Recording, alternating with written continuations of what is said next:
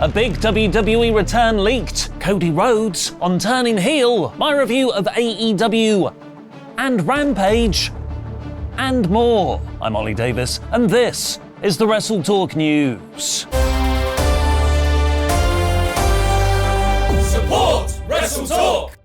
This year, Paul Levesque has missed out on the big talent signings of Kazuchika Okada, Mercedes Moné and Will Ospreay. Although, if you ask me, bullet dodged. That Ospreay just doesn't want the grind. Look at him, putting on the best matches you've ever seen on a weekly basis. Lazy, that's what he is, resting on his laurels. The WWE has had some successes, recruiting Julia Tama Tonga for yet-to-debut Jacob Fatu and the return of Shawn Spears down in NXT. And now news has broken of another name coming back to the company. Shortly after it was reported that Eric Rowan had cancelled an upcoming indie booking due to new contractual obligations, it has now been confirmed by PW Insider that the former Wyatt family member has indeed re-signed with WWE. Rowan was released by WWE in April 2020, right at the start of the pandemic, and has since made appearances for AEW and on the Indies. He did, in fact, feature on WWE TV last August for the Bray Wyatt tribute episode on SmackDown. It's been heavily speculated he'll return on screen as part of a new version of the Wyatt family, led by Bray's real-life brother,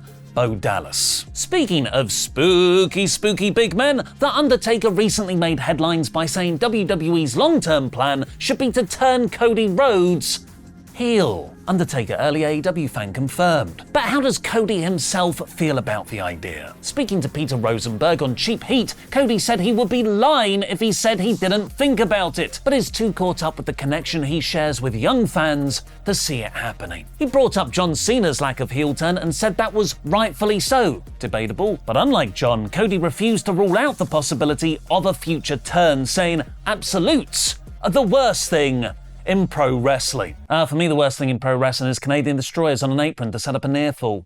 Cody also joined Triple H yesterday on X Spaces, not a porn thing, while Levesque teased an announcement on the date and location of WrestleMania 41 very, very soon, and that WWE is open for business about it happening anywhere around the globe. This follows London's Mayor Sadiq Khan posting last week that he wants to bring Mania to the city in the future if re-elected.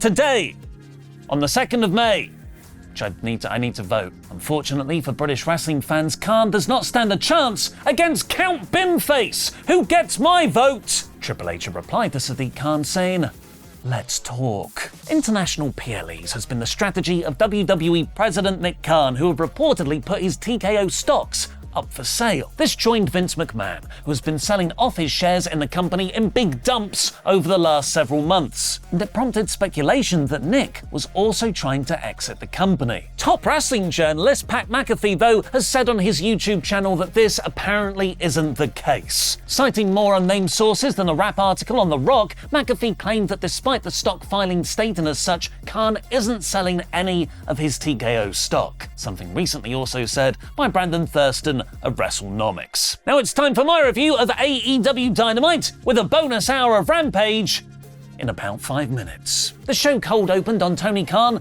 live from Jacksonville, Florida, where he'll be remotely producing AEW Dynamite, literally this week in Winnipeg. Shazam Fury of the Gods! Until those dastardly young bucks interrupted him in the actual on-site production desk, cutting him off, blaming technical difficulties. The Bucks explained they had ironclad contracts, which is why they weren't fired after last week's assault. Contracts so ironclad, I assume it must also stop any police action being taken against them, and that they'll be running this week's show. Queuing up new opening credits with just clips of the Elite. This was really fun. The only thing I'd change is having Tony's part as an off-screen phone call, because he's over-the-top smiling kind of undermines the brutal injury and threat of his company being taken from him. Swerve Strickland opened the show proper with an in-ring promo calling what the Elite did to Tony a bitch move. Then, why didn't you come out and help him last week? And asking for his first title challenger. I was all geared up for Hangman Page's music to hit,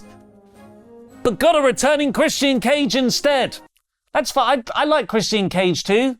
It's fine. I love Christian and he'll do some great heel things, but I don't think he's the right opponent to start Swerve's title reign. Hangman would have been significantly hotter, especially with that mustache. The patriarchy beat up both Swerve and Nana, with Christian neatly bringing up how Strickland assaulted his son Nick Wayne last year and lost Christian their all-in tag match. Killswitch even pulled a braid out of Swerve's head. The House of Black played mind games with Adam Copeland, not letting him know which member would answer this episode's Cope Open. Come on, Julia Hart.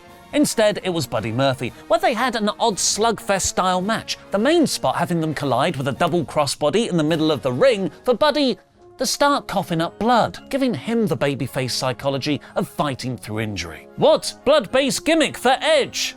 Could this possibly be teasing? Copeland won and was about to hit a concerto on Buddy when Malachi Black appeared, not to save his faction mate, but go on, hit him in the head.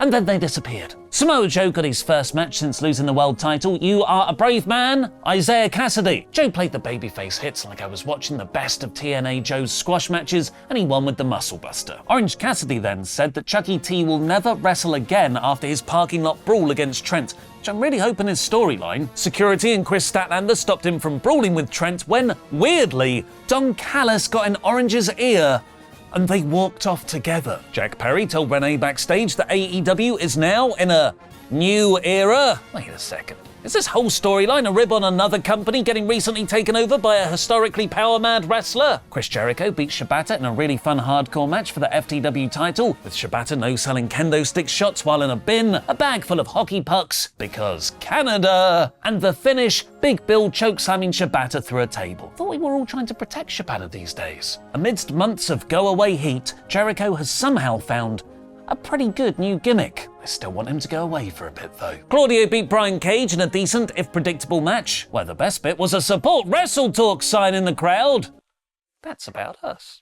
The worst bit was the zoom-ins and cuttings they did on Claudio's swing. Is this a meta joke at old WWE too? Serena Deeb used her technical skills to beat Mariah May, becoming Toni Storm's #1 contender at Double or Nothing. I love watching Deeb wrestle. Her multiple twisting backslide pin attempt was awesome, but right now this does feel like another filler feud for Storm. We were pretty much in the Rampage third hour by the time Dynamite started its main event, Winnipeg's favorite wrestler, who also did something in North Carolina, Kenny Omega. Kenny spoke about being diagnosed with diverticulitis, that his doctor told him he was 24 hours from death, and he replied, "Cool story, can you patch me up to get back to Dynamite?" But then the realization of just how serious a condition this was set in. He might have to have surgery, be sliced open down his front, wearing a colostomy bag for the rest of his life. As for wrestling, any sort of blunt force trauma to the stomach could kill him. So probably not the best idea to hang out with LA Knight, that's his finishing move. But Kenny spoke about watching Dynasty and how there were all these conversations about who the best wrestler